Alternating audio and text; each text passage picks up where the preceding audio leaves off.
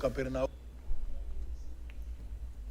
Mbote na bino balandi nyonso ya bosolo na politique officielle kimia na mabota na bino pesa moninga mbote loba papa bandi misa ya tongo ya lelo bozolanda biso partout boza kolanda biso na avenue Zuka wana dans la commune ya Selimbao côté ya prison centrale ya Makala boza na avenue Matuba avenue Luamba Dikia Dinosa Luvuluzu avenue prison avenue Bungudi topesi bino mbote bozolanda biso pe na Bumbu côté avenue Yonso Ganaketi boza kolanda biso côté avenue Ndungiri Landu Luvambanu Mabeka Zongo Kimayala topesi bino mbote ti koto babenga la direction ya Tamak topesi bino mbote bozolanda biso pe na Verkis na Wangu na Lutendele na Ngoba Kikusa tobosani te bato bazana mvula manenga mbote na bino bozana Sebo na Mama Mobutu bozolanda biso na commune ya Kasavubu mbote na bino bandeko bazali banda ya mboka topesi bino mbote. Aujourd'hui c'est le 28 février jour oyo fali esengeli abeta concert na Paris na Bercy.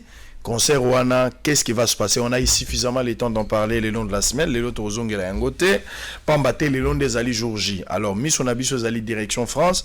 Tout ça, qu'est-ce qui va se passer exactement aujourd'hui? Est-ce que le concert est kobetama, tu es kobetama te, to boy ba commentaire ya ba groupe ya batu. To kota la TV za radio te pour France 24 na TV5, ba la sur place pour na kosala musala bisope to che batu sur place pour la excusez information en temps réel. Donc mutumwa ko yebisa bisote, ote ba combattre ba bundi to fali a betite to fali a beti.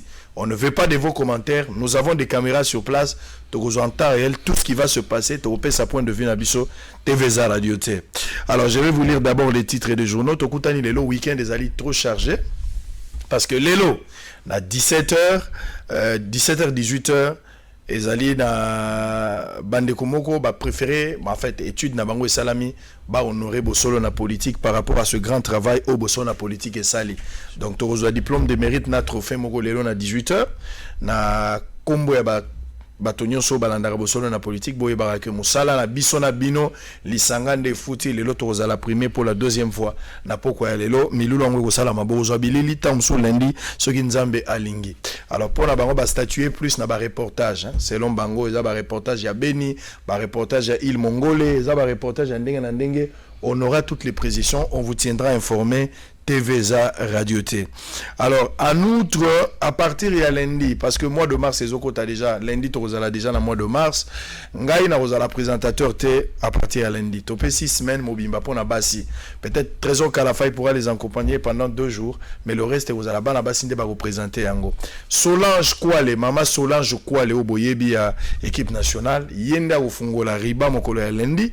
Paulette Kimuntu a rozalape moko ya présentatrice na kati ya semaine bana basi bazaibele naza ko senga pe na bana basi nyonso ba mama na biso ezali mo ya basi tokoti oyebi ko ozali journaliste ozali capable ya ko meka nzoto na bosolo na politique na fongole libino porte obengi olobisa ngonga oye na bureau tokutani na auto sololi to meki kotala so koza la mesure to pesa ne serait-ce que jour mogwetika la souvenir na vie na yo oza journaliste na carrière na yo yo présentera boso na politique et ça honneur parce que monde entier ba Rolanda yo le président de la République a Rosali Bakwa Rolanda yo Joseph Kabila Rolanda yo ba ministre ba Rolanda ba Muzitu ba Fayul ba on soit Rolanda yo pambate boso na politique ezali tribune monene. Alors j'ai des invités ce matin, on va échanger par rapport à l'actualité politique avant que je n'arrive à lire les journaux. Avant tout ça, la lecture, je vais vous présenter les invités de ce matin. Je pense que l'essentiel est dit. Voilà. Alors, Steve Kivuata, bonjour. Bonjour, Ndeko. La CPL Tokutani sous les lots, hein? Ça fait pratiquement un mois. Hein? Pratiquement un mois, oui. Voilà. Mais tu reviens en bonne santé. Tu as une bonne mine. Donc, moi, je suis très fier et content. Oui, ça va, Boni Lamouka. Le président Fayoul n'est pas à Kinshasa, mais Mouzito est là. Le coordonnateur Yalamouka Mouzito Azaliawa, président élu Martin Fayulu Azakosa la tournée, Nakanisi Takoiko Sala entre 1 mois et 1 mois et demi. D'ailleurs, Kalamingite est un des présidents élus Motoakozalisu commande Yalamouka, parce que coordonnateur Yalamouka Ndekwadolfo Mouzito mandat na Ezakoko Manasuka. Voilà, Kalamingite Bilo Fayulu Alinga Yangwana. Parce alors, que patiemment, est-ce que Fayulu va sur Sali 3 mois, il sera aussi à mesure aux zones qui s'appelle pour continuer à battre non, bien sûr, il faut boire que Azali légaliste, hein, biso na la muka omoni toza seule plateforme politique au moins démocratie en Azali, aux coordination Azali tournante, au yo motomo côté azako s'imposer sur Baninga, ils a beaucoup plus makanisipé bolingo ya mboka, mototo faisaka prévaloir. Très bien, on verra parce que Fayulu après lui ça sera Moïse Katumbi. Effectivement, oui. Très bien, on saura. Alors de l'autre côté, nous avons Maître Yves Mouekassa, Mikolo Belé, tout le monde a pété, Ndeko Boni. Toza malamu ki mizali sango. Toza otambola kaka na ndenge Kongo na biso ali kokende. Ndenge Kongo ndenge bozo dirige mboka, bino bato boza na pouvoir. Mboka ezokenda kobonga malembe, mboka ezokenda kochanger malembe. Oyebi muto abeli maladi makasi pendant temps mulai.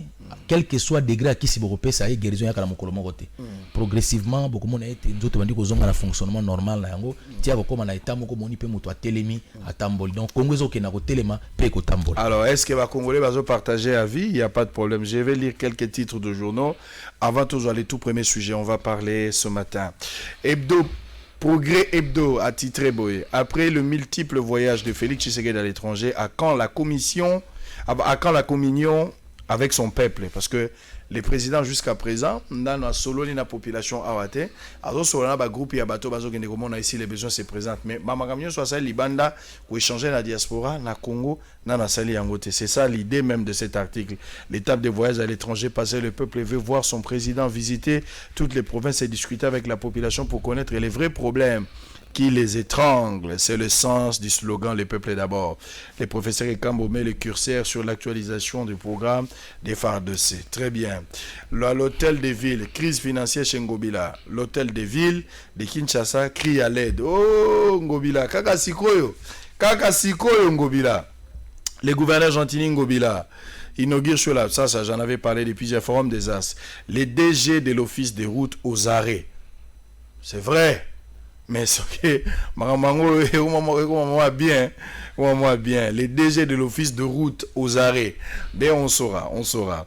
Contrairement, je vais vérifier cette information, contrairement aux affirmations du vice-premier ministre en charge du budget, les hyper du secteur public sont bel et bien logés à la BCC, précise la DTO.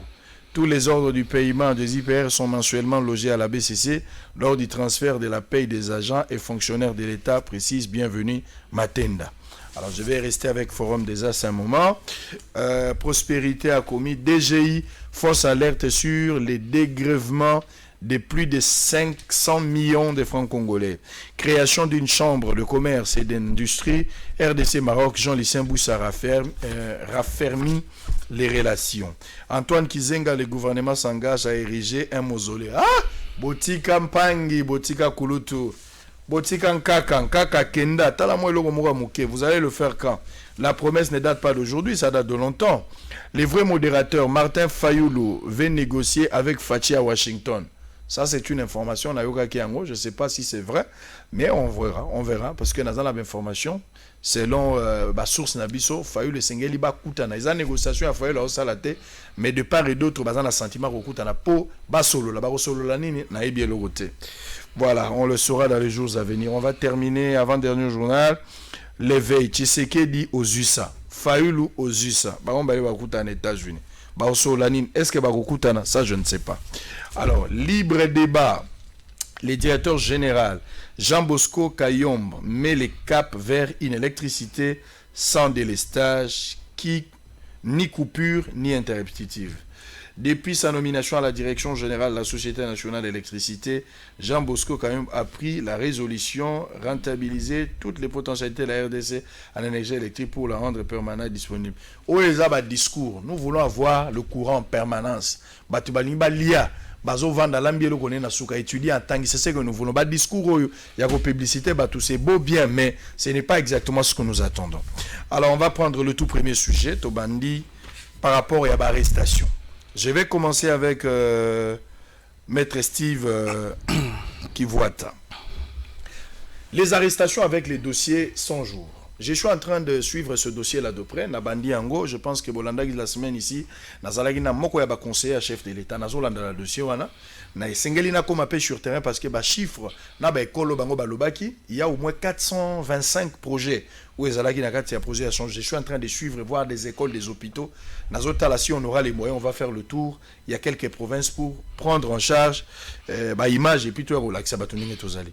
Est-ce qu'aujourd'hui on peut confirmer qu'avec les arrestations, n'oublie pas que Félix Tshisekedi a commencé d'abord, il y a qu'on nommé un nouveau magistrat dans la justice.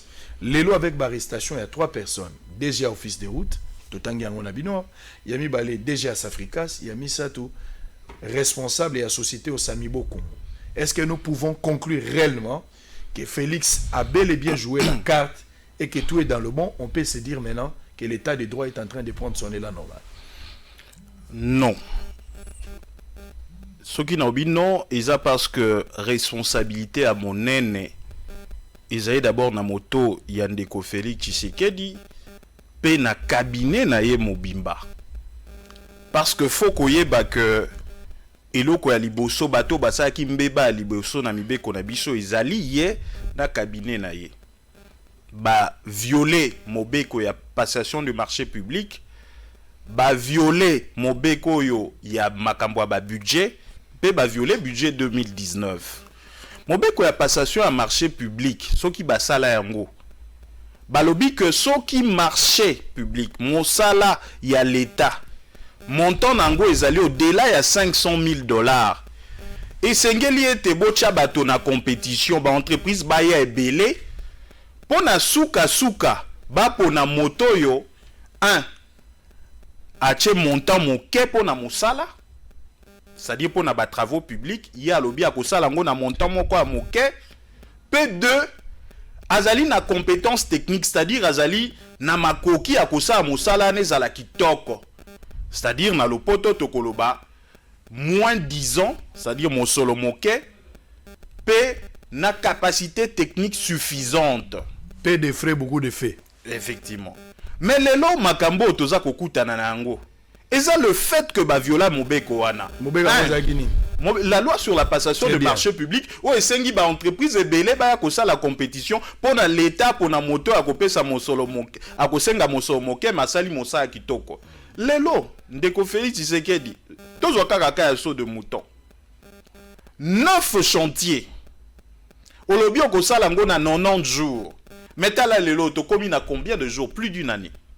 Donc il dit que déjà le fait que viola qui mobeko wana passation de marché public ko pona ba entreprise moko ba pesi bango de gré à gré poni bango to éviter selon quels critères tala lelo yo eza ko démontrer que baza na capacité technique suffisante te délai za ko mata mosusu oto oti ko yo kawana $57 millions pour na bandako.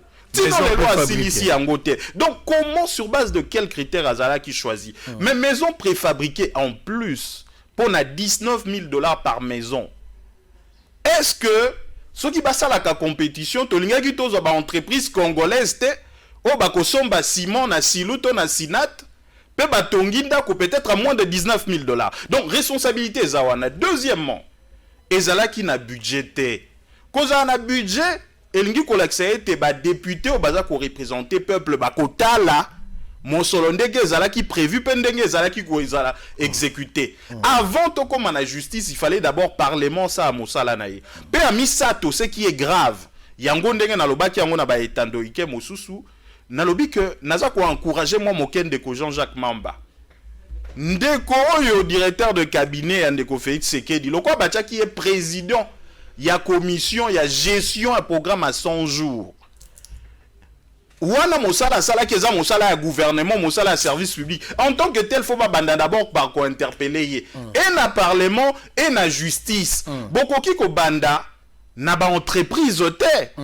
Parce que c'est la première personne qui va interpeller ils ont notre directeur et cabinet. Directeur et cabinet, ou ya Joaki Moussala, président de la commission en gestion en programme à 100 jours, pe coordonnateur oyo azala qui ko assister ndeko soki Nicolas Kazadi. Bangonde motefale babanda ko expliquer na justice ndenge nini ba misala nini ba prévoyaki pe montant nini ba sengaki banque centrale a décaissé au profit à ba entreprise bokoyi ko banda obandi ko luka ko soigner makite pona ko soigner soso ozo condamné ba interpellation ba sali na 3 personnes directeur général ya Safricas ya Samibo Congo na ya office de route bango bakoyi ko zana likambo mais fallait pas ba bande pa na bango effectivement il fallait d'abord ba na directeur à cabinet na moto alandana ki na ye pour parce que misala ndenge salami mabe il y a 2 infractions yo opinion nationale azali ko soupçonner ils allaient détournement des deniers publics détournement de deniers publics ezaka principalement un agent public de l'état ndako ki ko zwa mosolo ya l'état o esengela ki na makambo moko boye amemi ango na makambo mosusu ou soit ekoyi ko za la concussion concussion lingi ko loba ete azui mosolo ya l'état ake ko beta cop na ye na entreprise apesi ndambo entreprise wana pa apesi ndambo donc soupçon à liboso ezali d'abord ba agent public de l'état tokokai ko kende directement na ba entreprise te parce que na moni detika ndeko Blatner au moni na suka moto bokangaki me bobimisie avec un acte d'engagement na infraction ba si sakango na acte d'engagement te c'est que zaki nango kaka likambo que a exécuté ba travaux wana eza une affaire civile ou d'ailleurs parquet akokai ko interpeller il a reçu que 2 millions de dollars depuis le 16 octobre 2019 voilà donc même yemo tikala ki ba pesi yango na noté yemo ko la kisika détourné te très bien asali concussion te ye ba pesi mo solo kokaki te yango asisi mo sala te eza une affaire civile qui n'a rien à voir d'ailleurs avec le parquet normalement il fallait ça même pas détenu préventivement ndenge tolandaki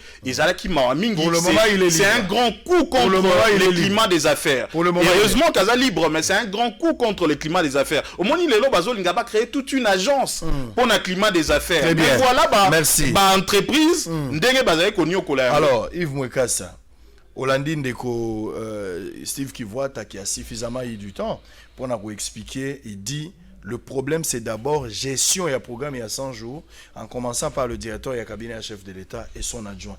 On ne peut pas interpeller les 3 autres personnes, d'autant plus que Bato Bajira qui sont connus.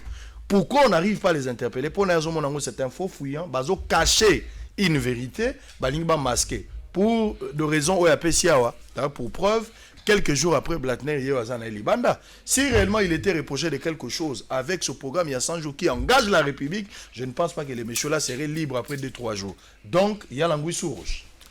Merci Ndeko Sango. Ndeko Langai, Steve Kivuata a pesi ba information ebele a mélanger ngo na ndenge ya mbutu et embrouiller batu ba retenir moi ba élément moko éparse mais o ezana cohérence te botika na disséquer moi moké ba makambo na ya lobia poto comprendre esika nini azali ko luka kokosa ba congolais ye moko alobi eza affaire pénalité eza affaire civile en même temps ye moko alobi likambo ya détournement des deniers publics na bandi ete quand déjà on parle de détournement des deniers publics ezali infraction ezali affaire pénale eza civilité mais ici ka kosimo muke ba congolais pour na yebi eta yebi mais asali exprès ko loba ngote alobi ete détournement des deniers publics ezalaka kaka pona ba agent public oui principalement papa tikangai na pour développer la Congo peuple ko kanisa ete ya solo ezaka pona ba agent public ce qui est faux ayebi ango mais asali nanko détournement ya ba deniers publics ezalaka pe pona un agent privé mais à qui on a confié une tâche ya service public na weko za nanga privé ba pesi ngai musala na sala nzela o ezali à l'état ba pesi ngai musala na sala hôpital o ezali soki na yibi mbongo wana na kokoya na infraction wana détournement des deniers publics donc il ne peut pas dire en même temps que les affaires civiles mais en même temps le ba ete eza détournement des deniers publics donc côté on a je pense que na éclairé ba congolais soki ba interpeller ki bandeko ezali pointé ba affaire wana ekoki pe ko lata une coloration pénale et loko mususu ndeko Kivuata zolo ba ete te il fallait ki ba kanga ba to na cabinet chef de l'état ba kanga directeur de cabinet chef de l'état nde place na kosenga na bandeko nga ba congolais to ça la distinction entre ba rancœur personnel to chasse à l'homme na o etali fonctionnement ya mboka eza na batu oyo balingaka dirkab kamere te eza ba raison na bango eza na batu o ba sepelaka na personne na yete style na yete ndenge na eza liberté na bango mais pona o etali fonctionnement ya l'état le directeur de cabinet azali le gestionnaire ya ba crédit o ba pesa kana présidence na kati ya ba ministère, c'est le ministre qui est le gestionnaire de crédit. Budget et pesa kaye un technicien qu'on appelle les sous-gestionnaires pour asungaye ndenge nini basala ka pona ba gérer ba crédit ezali nini. Crédit ezali mo itango to voter budget lo biete na ministère ya finance to pesi bango pona année oyo 1 million. Na ministère ya santé to pesi bango pona année 1 million. Mutu azali chargé à gérer 1 million wana eza ministre. Mais na ka ya présidence, mutu azali gestionnaire ya crédit, eza président de la République ité, eza directeur de cabinet. Yangwana bokomona na mikanda no so bazako koma pona ko bimisa mbongo. Ce n'est pas le président qui signe, mais c'est le directeur de cabinet. Wana ezali loi. Donc nesika wana soki yo moni mokanda ya mbongo, batie signature ya directeur de cabinet, ça n'a rien à voir avec la personne de caméra, mais ça a tout à voir avec la fonction ya directeur de cabinet. À moins que to charger loi na biso. Et lo kami balé. Tango babimisi mbongo. Pona kosala musala ya 100 jours. Alobia walikambu, il fallait qu'il recourir na adjudication. Pour nini ba pesa ki ba marché wana de gré à gré. Na yo ki pe ba congolais ba ndeko na biso ebele ba congolais ba ko saka débat na likambu wana. Ndeko congolais tika na biso eloko moko. Gré à gré. Eza infraction te. Eza illégalité. Mais ils ont des conditions. Ok, mais les conditions des alagis. Non. Tika ngana expliquer de quoi Israël. Pour la ligne de bande qu'on a tout se comprendre. Loi et prévoir adjudication publique. Bah ça l'appel d'offre. Moutounio sur que ça la marché au yaka. Et prévoir adjudication restreinte. Et ligne koloba to ça la marché au mais to sengi na moutounio sauter à soumissionner. Et ça ka batu moko boy na ba koya. Et prévoir gré à gré. Gré à gré. Mingi na matière ya urgence. Bakamu ko zo senga urgence, zo senga célérité, basala kango na gré à gré. Et puis bakamu susu ezala ke senga ka secret défense. Basala kango na gré à gré. Le quand to somba manduki pona ba soldat, to ça appel d'offre te. To ko komate ke bo appel d'offre to linga to somba ba arme pona 31e brigade, na ba arme ya nango. Jamais. Donc ezala ba marché, to na ba circonstance o senga ka ete marché salama de gré à gré.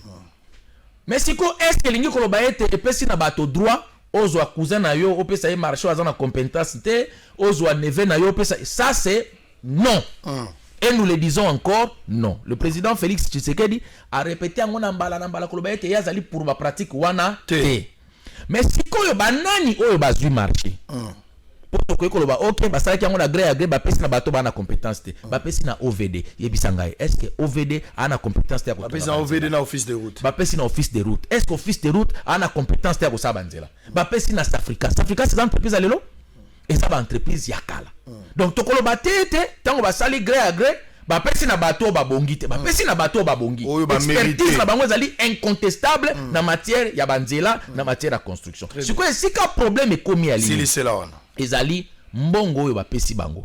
Est-ce que basali nango mosala to basali nango mosala te. Oui, justifier ba interpellation. Voilà, nde eloko est justifier ba interpellation na bango. OVD bapesa ki mbongo pona marché songolo. Ba koloba te il faut ka ko na directeur de cabinet. Ngana tuni. Directeur de cabinet mbongo alete za ka caisse te ke basimi na président. Nazala rapport mobile. Ya OVD, nazala rapport FPI, nazala rapport ya office de route. Na o ya Safrika ça va monyo so. Siko ba entreprise wana nde bakoloba. Ke ngayoyo d'ailleurs ba pesa kinga mbongo te mbongo ba pesa kinga na zongi sakona maboka directeur de cabinet. Wana siko directeur de cabinet a commis impliqué to bakangiye pour ba interpeller. Mais tant que l'entreprise dit que effectivement mbongo directeur de pour lettre ou outil na présidence et que na finance pour ba débourser mbongo eza public. Bato no so ba na siko l'état ba yebi montant nini président c'est comme là qui finance et débourser. Et quel est le montant qui est sorti dans la banque centrale? Et ça va rapport à la banque centrale bimisaka mensuellement pour la dépense à la gosal. Si quand on bon wane comme na beaucoup entreprise a sali musala te pona nini. Et là comment tika na sili sika ona et là comment na lingi ba congolais to retenir. Je pense que Tomesana te na Congo to mona ba interpeller batu pona ba crime économique. Tomesana na Congo so ba kangi mutu afinga ki mokonzi pona ba crime politique. Mais pour ngai en tout cas na mona ngo penzate.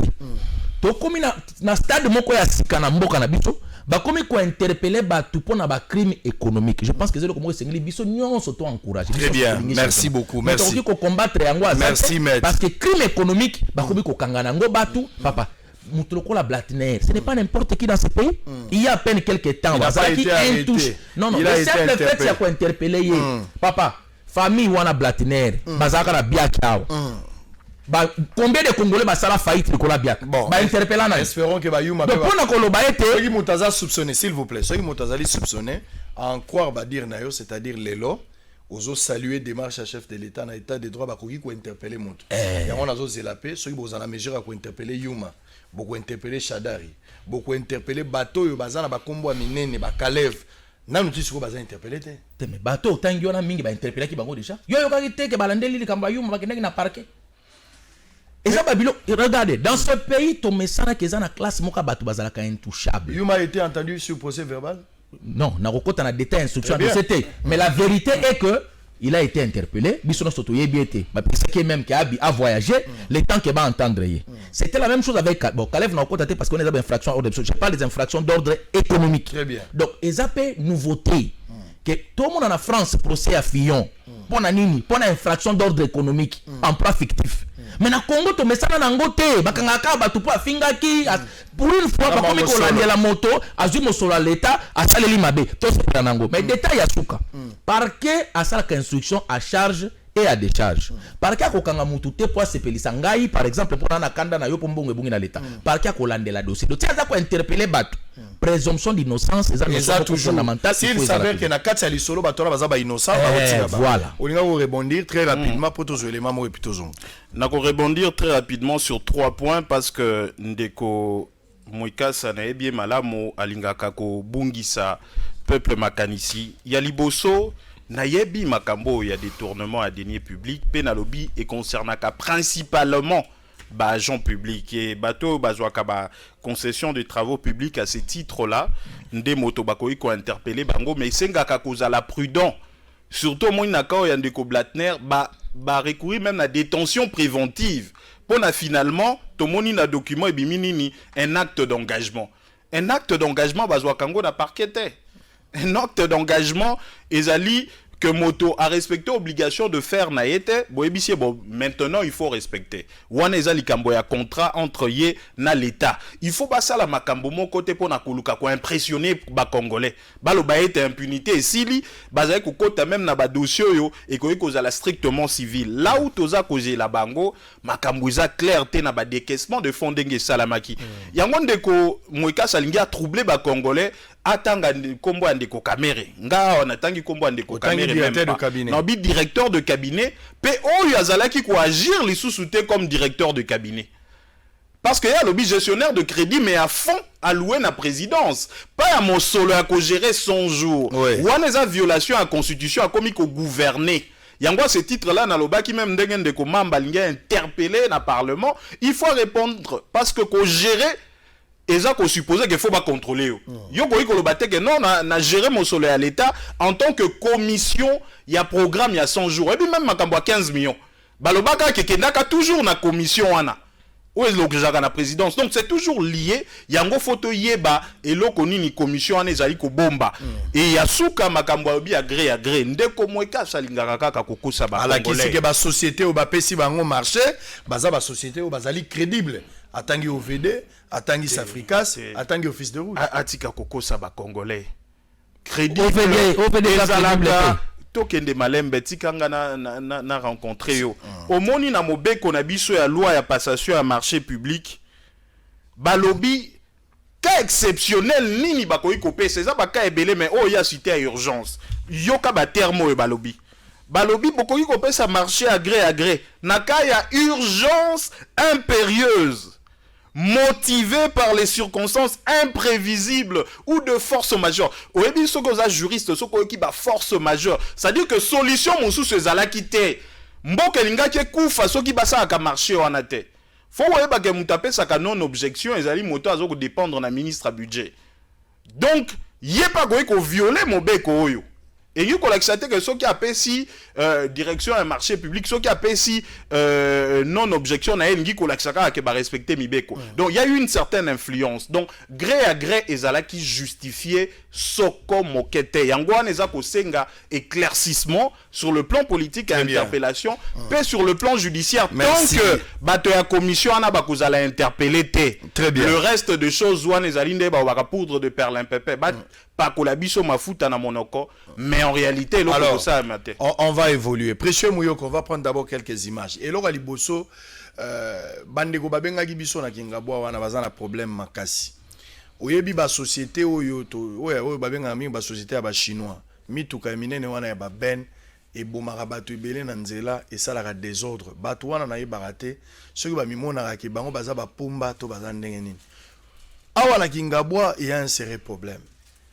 Tala bato bavandaka pembeni awa bakomi na problème pour le long ya nzela oyo mituka ya minene eza kokota awa eza kokenda ti kuna na suka nzela na bozomona ba chinois basombi esika moko wana baza kobwaka donc bazozo ba immondiste na kati ya ville moi ba salto ezali awa bazokenda na terrain wana po eza marécage balingi babongisa terrain wana bakomisa ngo quand même normal pour permettre bango babanda kotonga mais bazosalela nzela mosusu te bazosalela kaka nzela oyo na ba ben ya minene e bebisi nzela oyo bango ils sont fous balongoli ba mabanga nyoso zalaki na nzela bazotambola ndenge bango balingi population o bazana mituka na nzela moye bakota lisusu ezate. J'ai toujours condamné la politique des conséquences. Chez nous il y a toujours quand les dangers arrivent qu'on commence à réfléchir. Mais avant que les dangers n'arrivent, pour avoir une politique de prévention ils allaient rater toujours la politique des conséquences. Donc vous devez toujours veiller ceux qui bozu ba disposition à boye bo kanisaka.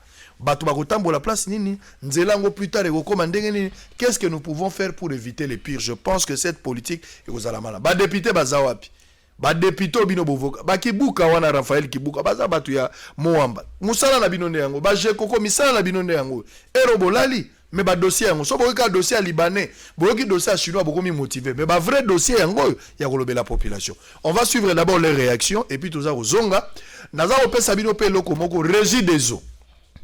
Régie des eaux mikolo eza koya à côté ka mai. D'abord mayo tozo luka normal bo na ba compteur tozo na ba pompe na biso na ba robinet bazo pesa biso te. Mais régie des eaux bando te ka mai mikolo ezoya. Qu'est-ce qui s'est passé? Régie des eaux a commandé 6 véhicules, ba citerne ya minene. DG ya régie des eaux. Il semble que DG mutapé ça ki nzela wana. Ba commandé 6 véhicules ya minene ya ba citerne. Il fallait pas que nous sommes na poto baso na poto ba so na Angola bato bazo ki marché ba so na Angola.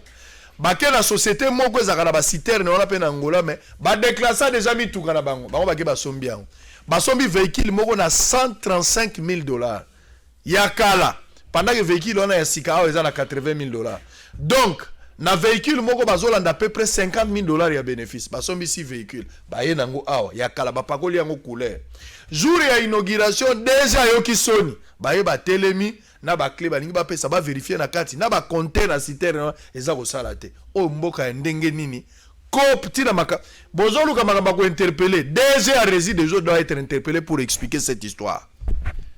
Déjà régie des eaux. Suivez en image et puis on se retrouve après pour la continuité.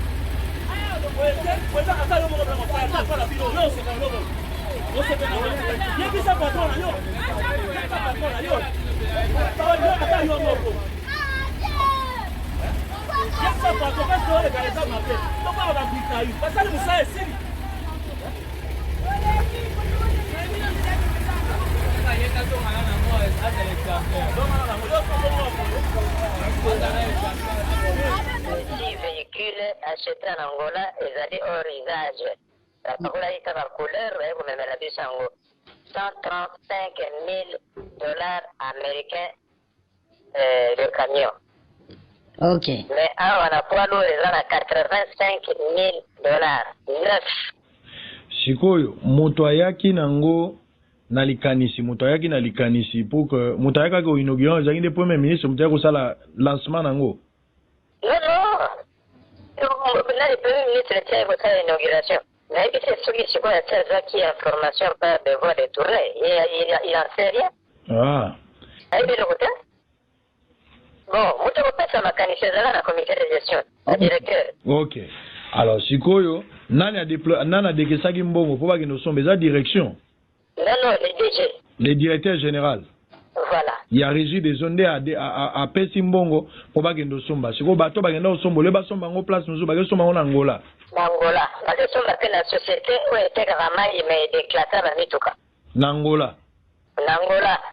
Sikoyo par véhicule on va sommer na $135,000. 135 par véhicule. Awa mutuka on est à combien? 85.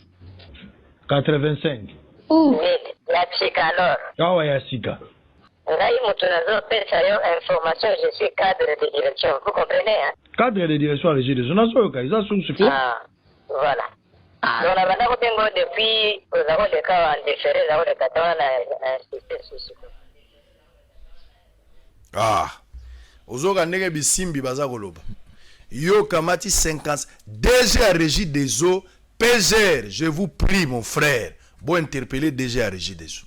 Va justifier $55,000 par véhicule. Oyo cité Romango Basombi selon les informations à notre possession. S'il s'avère que l'information est vraie par rapport à Otozui, le DG doit être interpellé en urgence. Yasnel peut dans un dossier na trésor. On a un dossier non? Pour le DG de Yasnel. Ça sera le lundi. Tokobimisela au dossier non dossier de Zadia. Alors, on va peut-être votre réaction très rapidement, en 1 minute par rapport à ce dossier. C'est déplorable. Ne makamongo lobaki bato bazako iba misolo, bato bazako boya misolo ko tandi benga l'état, ba criminel économique musu bango. Bango wana. To boita on atala ba image lokola oyo esaka ngamba wa pasi. Mais en tant que patriote na linga ko se décourager te pour naza convaincre te Congo ko bonga avec beaucoup d'efforts. D'ailleurs, nazo profiter na lancer na chef de l'état na ba konzi ba mettre sur pied ba pôle financier na kati ya parquet. Ndeti na parquet à Gombe, na parquet à Matete, bozui 4, 5, 10 magistrats, oyo bo pesi bango formation kaka en matière économique et financière. Moni ngana ndeko nanga tout ça ba avocat, tout ça ba juriste à la base. Mais nous avons suivi des formations en matière économique, en matière financière qui nous permettent d'être tous à l'aise dans ba domaine wana. Na ba matière wana. Bozui 10 magistrats à parquet. Bo former bango kaka na ba question financière oyo.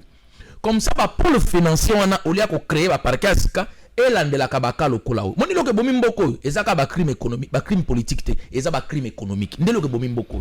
Moto akoya akomi na poste et loke bosaza ko raisonner comment na kata na tia na poche. Et loke ngana na sepelaka. Président Félix na makanisi na ye, ozala ya cash, ozala ya FCC, ozala ya Lamuka, ozala non aligné, soki oyibi. Ça veut dire justice et landayo. Mouto azali ko protéger azate, mouto azali au-dessus à loi azalité. Donc pour le financier on est ba parquet et on dit lokola bo. Soki mouto ebi ete oya yiba ki bakanga ki muso ko yiba lisute. Et loko ko boma mboka ya ngoyo ba pratique ya mabe ya soni ya mawa et ya ko bom structure économique no so mboka na biso. Donc vraiment ba criminel économique ba kozasuna ki mette na mboko. Ndego Steve, mabe na biso nde yangoyo. Sanctions examoké depuis l'époque de Joseph Kabila, depuis Mobutu, on a un groupe de gens et bateau bakanga bangote. Tala déjà régie des eaux. L'idée ya côté que la bateau ma ya koso ba cité na ebité uti wapi. Mayo d'abord ya biso robinet baza ko pesa biso yangote. Ba escroquer population ba mbula ebele. Population même na courant, yo mona na snel lelo to sala la 12 jours ya courant, 22 jours ya mulili. Donc ba escroquer bino mulili wana nde yango bozo foutre la facture. Courant ya kana na 4h et que na 6h. Donc mari de nuit tant courant yo za ko mona te. Lelo avec la régie des eaux, regardez la réaction. N'est public aza olela. Yango wana effectivement na ko profiter na ebisa ba congolais na beta 7 contrairement à makambo mosu toyo kaka to ba été rétro commission ezali illégal pe ezali infraction. Balanda te malobo to ka que rétro commission ezaka légal ezali copte. Rétro commission ezali concussion. Soki moto ezali agent public ya l'état oza moto déjà l'état za ko futa. Soki oza ko luka commission toza ko luka rétro commission. Et puis que rétro commission c'est pire que la commission hein. Rétro commission lingi ko loba ete et le il fallait coûter $50,000. Moi, si moto a bêta facture, il y a 100,000. Tant qu'on a gobimisa mon solo, 50,000 wan eza yangai. Donc, et sengeli était bakaya boye. Parce que, au moins, corruption, comme même dans ma solo à maï. Loko son abiso à mon solo, même dans ma solo à maï. Nzokande ba waka maï, l'eau c'est la vie. Soki bato ba komiti na stade wana, il faut normalement sanction sévère et quoi la bango. Moto perdre même mosa naie comme ça bateau bakoya sima bakobande ya makambo boye. Très bien, alors on va prendre le tout dernier dossier. Toza kozwali kambo ya plan ya trésorerie, je vais poser 3 axes par rapport à l'axe on a debino na bien boluka bobeta na moi mito. Mais naza aussi li sapo na dossier na lobaki na bino ya égal, naza kolande la dossier wana. Société égale, c'est là ba information ba pesa ki biso o toza nango tozo continuer ko sala enquête. Il semble que cette société, il semble que Bafutaka douane te. Nous avons des informations, tout ça qui évolue. Tous les dossiers outil Katanga, ou outil Kalemi, tous les dossiers muso batinde biso na Namibie, muso outil Hollande. Tous ali Hollande lango vraiment na boke binyonso.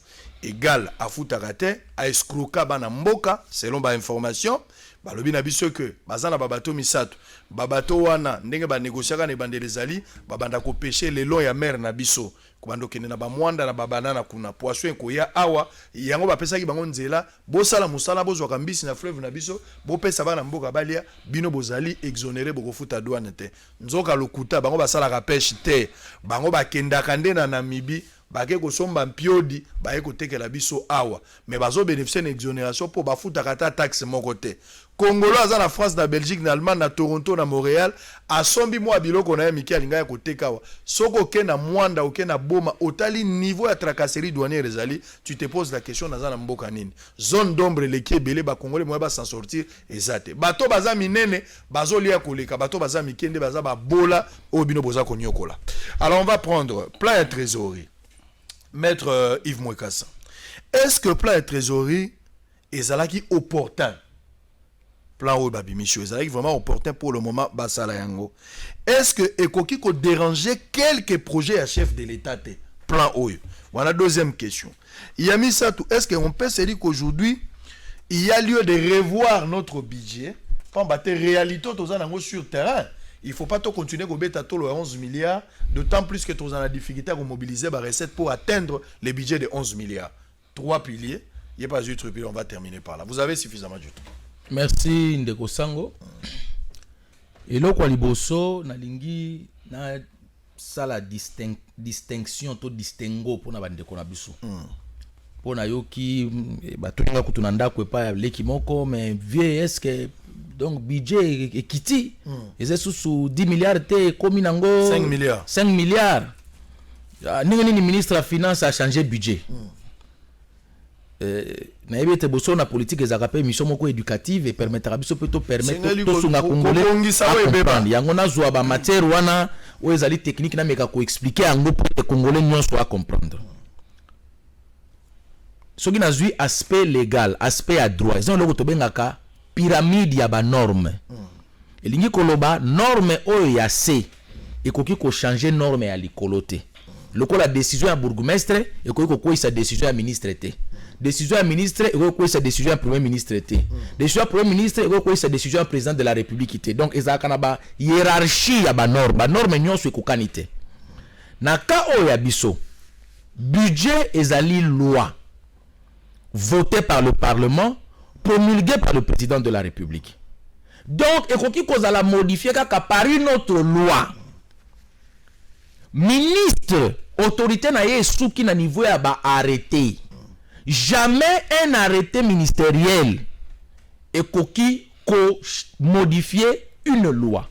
Donc, plan de trésorerie tina nango ezali te pour modifier budget ezana makasi wana ya ko modifier budget c'est là sergent akokanga général te parce que pété keseni budget eza prévision eza prédiction eza la prophétie prévision ezali chaque service ya l'état basaka budget ndenge nini ba ministère no soto yebi 65 chaque ministère bakoti réunion biso tokoki kokotisa combien année oyo batali par rapport à bango ba capacité na bango ya année passée batali par rapport à ba réforme oyo ko sala na année oyo ba pesi montant ba biloko wana nyonso e ba ko coordonner yango na niveau ya ministère ya budget pona ko loba ete voilà ba prévision ya ba recette ndeke ina parlement a discuté yango de ba agréé yango na niveau ya gouvernement ina parlement a discuté yango siko plan de trésorerie ezanini lokola mbongo to akanango na budget eza mbongo eza na maboko boete eza ba prévision lokola yebi ke na suka sanza bafuta nga $100 na wana eza recette dépense na nga na kofuta Minerva la mois na $20 na kofuta wana komi dépense. Très bien, on évolue en fonction ya ba prévision wana ministère ya finance asalaka plan en général plan de trésorerie basaka ngo ezaka ba dépense à l'été ezaka par trimestre yango même salaire batu balingi ba ajuster o ba kotisa on a salaire ofuta makate bazelaka trimestre plan de trésorerie ko le même le fait que ça une année très exceptionnelle mais encore que le directeur de cabinet à ministre à budget a précisé qu'il était plan et que vous allez modifier à n'importe quel moment nazo poser base pour expliquer ce qu'on a ligné na comment donc plan de trésorerie et ça qu'on permettre na ministère ya budget à programmer ba dépenses loko anini baloba ki ete année oyo pour na pêche to pesa bango 1 million mais pour pesa bango d'un côté to ko loba ete na mois oyo to pesa bango 50 000 na mois okune ko ete pesa des plans de trésorerie donc ministère la finance a joué plan de trésorerie na yé ou ils ont droit na yé ndinga le ministère la budget ba saka plan d'engagement budgétaire c'est quoi pourquoi divergence na ba montant ndesika na lingina ko 11 milliards à 5 milliards toza en programme na Fonds monétaire international. Fonds monétaire international, boyebiye, bozo se rappeler rigueur na tango kengo, bozo se rappeler ba mesure d'encadrement ba bayaka nango, ba senga ka mutu asala calcul sur base ya oyo eza na caisse. Pana oya, pana oyo ozo espérer. Donc na système na bango kosomba la biloko muninga kwanga te. Donc il faut ça la calcul sur base ya oyo eza nango. Na budget ngeke tozala ki ngeke za prévu 10 milliards nandambu wana nyonso eza pas ressources propreté ba ressources abiso interne eza à peu près 8 milliards 4 très bien sikoyo poto koma na 8 milliards 4 eza na ba mesure tozwaki mais mbongo oyo ndenge ezokendele par rapport ya réalité à plan de trésorerie ndepesi ba 5 milliards quelque wana oyo ministre de finance a publié 5,4 milliards sikoyo gap wana ya 2 milliards eza nini ezali parce que tant on bandé ko ça la budget on avait prévu 9 mesures ya réforme na douane pour mbongo douane baksama 14 mesures na réforme sur le plan fiscal notamment autodiscuté na bango na réunion passée na émission passée ya IPR 14 mesures 5 mesures na DGRAD ba mesure wana nyonso na calcul ya l'état ezakete tant que to mettre en application ndeko bota 2 milliards wana ya différence entre oyoyo ministre de finance abimisi réalité à caisse na oyoyo prévision c'est quand on lit toko kende en dehors il y a 28 mesures il y a encore 19 autres mesures tu attends atami balé pour être congolais à soi par exemple on avait prévu que banque centrale yango moko et ko imprimer 1 500 000 permis de conduire biométrique oui bien te machin permis de conduire et zakaba privé mais tu comptes pouvoir être et OK na maboka banque centrale oyo ko compte la biso à peu près 118 milliards comme les gens nous appliqué de francs congolais faut oui 118 milliards de francs congolais mais comme les gens nous appliqué il y a un moment na plan de trésorerie va reprendre en côté donc là par exemple na ko zo susu mususu kaka effectivité il y a gestion immobilière à l'état et ko c'est la biso 3 milliards 6 lokola configuration il y a numéro import export na système Sidonia Sidonia budget budgétaire ndeba élément oyo yo to basaki nango ba calcul chiffré ndebota mbongo ezali gap ezali différence entre plan de trésorerie na budget donc budget en Congo est changé ce qui gouvernement comme une conviction que ba ko bota 2 milliards oyo te ba kozonga na parlement et quoi affecter pe ba projeter au chef de l'état et quoi affecter ba projeter et ça que bato ba ko sa na bango ministre de la finance ko la gérant ya caisse il gère en fonction de ce qu'il y a dans la caisse très bien mais en ce temps ba ministère mususu ba ko mettre sur pied ba réforme oyo ezala qui prévu pour être tolongo la budget 5 milliards to ke na budget 10 alors maître réaction na yo totika kobuka lokuta pa ya peuple omoni ndeko abimisi énergie oyo abimisaka devant bazuzi pona kolunga ko bomba vérité aza ko maquiller lokuta bimisa rasibilo wango to oyebi to retenir eloko liboso 1 plan de trésorerie selon ba principe ezalaka trimestriel ba établissaka ngo pona 3 mois parce que plan de trésorerie egoiko se confondre na budget te obasa ka projection annuelle parce que plan de trésorerie ezali kambo ya caisse yo koki ko bate caisse nanga ko za boye timbula mobimba omoni déjà le coût ya liboso yango wana le coût ya mibale ndeko aza ko bomba ete plan ya trésorerie basali yango sous la pression ya FMI. FMI déjà na ebandeli tango ba ko sala budget. Ayebisi bango 11 milliards na bino eza lokuta. Boko ko kate. Ndeko ilunga ilukamba kuta memaki budget à 7 milliards. Peso que otali exécution à budget 2019. Oh ya betaki ntolo abi tomatisi yango fois 100. Eza ki 4,7 milliards. FMI atelo obi mais bon mati makasi bwendeni bango babi tete ko sala yango. Tango bokomba komi na janvier. Réalisation, il y a janvier, qui plus ou moins 250 millions. C'est déjà en dessin, il y a mon solo et Sengeli pour nous foutre à salaire. Parce que pour nous foutre à salaire, il faut 300 millions de dollars. Kaka salaire. Donc, or, bango déjà, qui est en dessous des salaires, ce côté fonctionnement, na ko foutre à nyongo, déjà, qui n'a c'est. Donc, tant qu'on va comme une situation, on a moni et na FMI, va ko réussir te. Qu'on respecte ba assignation na bango yango en réalité au basali ezali réduction à budget mais sous prétexte élaboration d'un plan de trésorerie annuel donc on a budget mosusu parce que ndekwa ko sabaninga te na droit ba différencier ka fond na forme sur le plan du fond budget ezali mon solo na ba dépense ya l'état tel que projeté so ki bino boye bo sali plan de trésorerie o bo lancer ba projection annuelle bo changer nombre de recettes au faut mobiliser pe ba dépenses et ngi ko la que bo réduire budget mais sur le plan formel pour na siko bo réduire ngo le ko eza faut le kana parlement boko iko kenda woka en juin mobe qu'on a biso la loi relative aux finances publiques et lobby pour na modifier budget faut gouvernement kende na parlement na juin sur le plan de fond déjà ba modifier ngo mais baza posé la qu'à juin normalement selon le principe pour la bas kende ba modifier mais ils l'ont déjà modifié et d'ailleurs risque ezali que na ba mobilisation na bango à recette ba ça la moins que ce qu'ils ont même prévu dans le plan des trésoreries. Et maintenant le grand risque c'est quoi? D'ailleurs FMI a lobby yango. C'est ce qui m'intéresse. Quel est le grand risque ezali que FMI a lobby chaque mois bande konabiso baza ko recourir na planche à billets.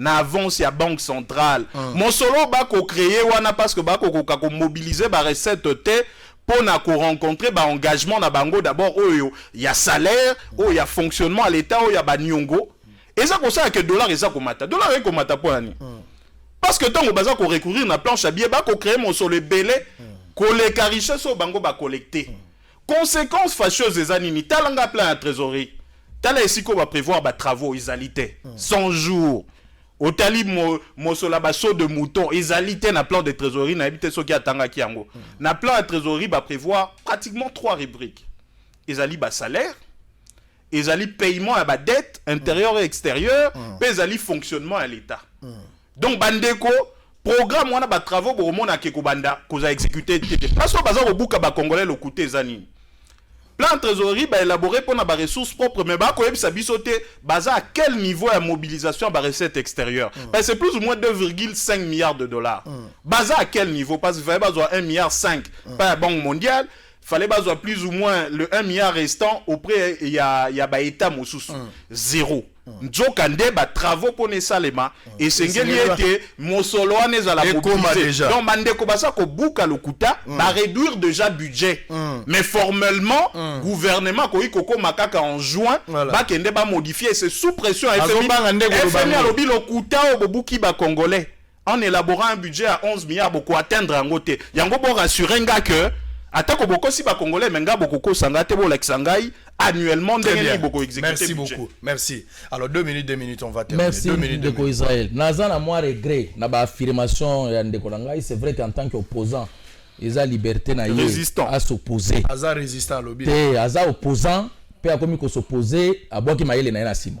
Comment lui avocat a voulu ko affirmer que plan ya trésorerie un acte signé par un ministre des Finances et qu'on modifie le budget. On a lobby dans le fond, on a lobby dans la forme. Quand on a été dans une seconde, on a 2 minutes. On a répété à 4 reprises. nana to ko sa ba congolais na premier graduat balakisa na droit était acte ya ministre et ko modifier loi te mais ya zo bisa ba congolais que acte wana modifier loi il réfléchit sur base ya nini qui opposant to sur base ya un intellectuel scientifique résistant donc wana de place ezali mabe et le kwa mibale budget ezalaka annuel exécution ngo bandaka janvier ti décembre comment bino bokotuna biso na mois février que mbongo bolobaki bokozwa bozwina nuté c'est un programme mbongo monsieur bokota na juin monsieur bokota na mars et ce n'est pas parce que na janvier to sali recette ya muké que na février to sali recette ya muké parce que ba réforme les a ko s'appliquer au fur et à mesure. Dans exemple moko to prévoyait qu'il était année au côté ka licence 5G pour na entreprise de communication ou ko côté la biso 305 milliards de francs congolais. Est-ce que to te ki yango déjà non noté. Donc quelque part na katika cette année ba ko fungola likambo wana licence et ko côté mbongo makambo ezali ebele o ezala ki prévu o ko côté la biso mbongo poto longwa na montant wa tala au moins montant 10 milliards ba bimisa ngona mutu été ezali totali comment est-ce que tu moni bato ba message yango na bisimi no moni koto toi ko mobiliser ba recette koto to ko frapper ba criminel économique FMI c'est normal là ça na doute parce ayebi ba congolais to yiba kambongo à l'état ayebi que pendant des années to lobaka to kokisaka te yango il faut ça na doute c'est normal très bien mais ce qui est différent mbaloyo to bandi ko kanga ba criminel économique ça veut dire que batros ba besana ko futa douane te mbongo wane ko ya ko kuta na très bien merci ba entreprise minière nyonso bo ko salaka bo rapatrier ka 40% ba bénéfice na binote parce que boza protégé par songolo pakala mbaloyo mbongo ko zonga la kesa donc et toutes ces mesures feront que il faut atteindre. Merci beaucoup. Tu conclus en termes. Nako Soukissa naloba ete na exécution ya budget ebe bakoki ko modifier yango na exécution nango mais formellement eza ko senga ete d'ailleurs ndenge mobeko la loi relative aux finances publiques et lobby ce qui bokomi na juin, c'est-à-dire pour appliquer déjà 2 plans à trésorerie, il faut bozonga na parlement bola ki sa ba modification ba gap ndenge salamaki nde boko sa la budget rectificatif, la loi de finances rectificative. Donc déjà tango contre-performance, faut voyez ba réduction à 30%. Il y a des ressources propres, plus ou moins 50% de manière globale, les alliés contre-performance. Donc ndeko formellement ndenga lobby, a lobby tango lobby alobi makambo hiérarchie de normes foyer ba ete ezali principe il y a parallélisme de forme sur le plan à forme ministre des finances akoki ko modifier des fois qu'il n'a parlé mais sur le plan modifier oyebi différence wana malamu mais ndeko tango aza koloba ete bako sévir FMI aza côté la bino na ndoto te à côté la affaire il y a corruption et salami ndenge nini soit disons ko sévir 15 millions de dollars à ba congolais za wapi 200 millions au babi à Jekamine 200 millions de dollars boza nango wapi faut pas luka ba dossier na lo la terre justice ça la banque est-ce que mon solo ba ko collecter yango wana boza incapable justice rétro commission pour la binoza ka légal justice alinga zong sabe décision à muzitu na invité pour na yo ki on a couloir na invité so ba zong ça ba nommé procureur général ya sika ba sali réforme ya justice s'il vous plaît donc oza komona que dans tous les cas bazaï na ba contre-performance il faut ba expliquer na ba congolais que gestion na bango ezali calamiteuse vandisi système à impunité malheureusement avec système à impunité on moyen ba mobiliser mon son ndenge sengeli ezate yango FMI tango analyser nyonso wana d'ailleurs auti ko yebisa bango mon solo oyo bango basala qui était banque centrale à produire yango sans contrepartie. Il faut d'abord bazongisa yango dollar comme stable avant que banque centrale et plutôt FMI a continué na bango. Donc elingi kola ki ça été gestion ezali malamoté plan trésorier basali annuellement, c'est un deuxième budget élaboré. Très bien. Donc ekosenga été bazonga na parlement en juin pour ezali date butoir pour na ba modifier. Merci. J'espère négocier que okozongi sangana yé tant que ça 10 milliards à budget. Très bien. Comme ça arrêtez Très bien, merci beaucoup. Bon retour na Kulutu Luc azongeli musana na ye na moni ete mikolebele na okesengo na motema. Mobange avandi na sia mona ramusika koleka mona mukio atelemi. Donc comment on a kozonga boy pour na biso epesi biso pifona sai. À ne pas rater, j'espère que l'émission passera ce soir. Bon, Hollandais exclusivement. Bon retour naie à cause de l'émission Moka Makasi pour Boyebi. Donc, ils ont un bon retour. Naza Kosenga Balandinho soit bosso la politique. Bozanga te Bolanda yango lelo. C'est à quelle heure précisément? 22h, donc ne ratez pas ce rendez-vous aujourd'hui à 22h et aux Alamalam. Pana biso na Congo ezalaka soko boti mwana 30 jours après et sengeli yo kende na ye na commune pour que mwana wana zwa mokanda. Commune ya Ngaliema ezali séquestré na bato ya IDPS. Bato ya IDPS bakomi bapomba bakangi commune ya Ngaliema. Lokola Gentini asaki ba permutation ba suspendre moto na bango bato ya IDPS baboyi. Bakangi commune moto akota na kati te ba chepe na drapeau ya IDPS. Kaka ndenga def azosa na ngambo soka botole sika tie drapeau. Ndenga IDPS akangi commune na Ngaliema, pas d'entrée pas de sortie. Bougumesa osala musala te za suspendu. Intérimaire na ipasa la musala te. IDPS état de droit ekomi wapi. Kabuya ozoye bayango, yoza secrétaire général secrétaire général à parti et puis ndeko Kabunda Kabun yoza président AI boza komona makambo IDPS zo salawan. Tozana jungle, tozana mboka nini, attestation ya bonne vie mas eko sala matin, document moko ko bimate ba marié ba ko sala te donc bo paralyser na bato bayaka misala na circuit administratif nyonso ekomi paralyser. IDPS état de droit ndenge nini. So ezana formule wana Vomena bota matas karis na libumu na ozana sécurité. Kimia la mabota na bino. Tokutani lundi, je ne présente pas l'émission le lundi, c'est une femme qui va présenter l'émission. Ba ma sœur ne bato baza roya. Je présente ici Solange Kouale qui sera là pour la présentation. Paulette Kimutu prendra aussi relève le long et la semaine pour na honorer moi aussi. Balabasio nyos pamoni bazali capable de représenter bosso la politique. Vous me contactez par ce numéro 081 355 26 32 ou le numéro de Bossolo la politique. Bon début de week-end. On se revoit le lundi avec le même plaisir, pour le même travail, pour les mêmes objectifs. Bye bye.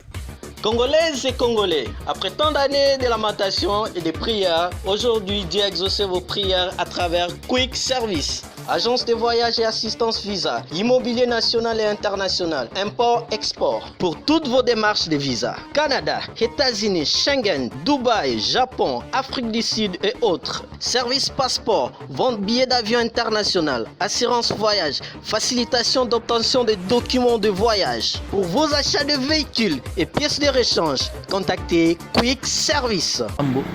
Balanosa Congo to bengi bino boya na agence eza moko ezaka moko Quick Service kuna ba visa zopesama donc visa Schengen ya Canada, États-Unis, eza la ville dans immeuble CTC to yeka ozi visa pepele.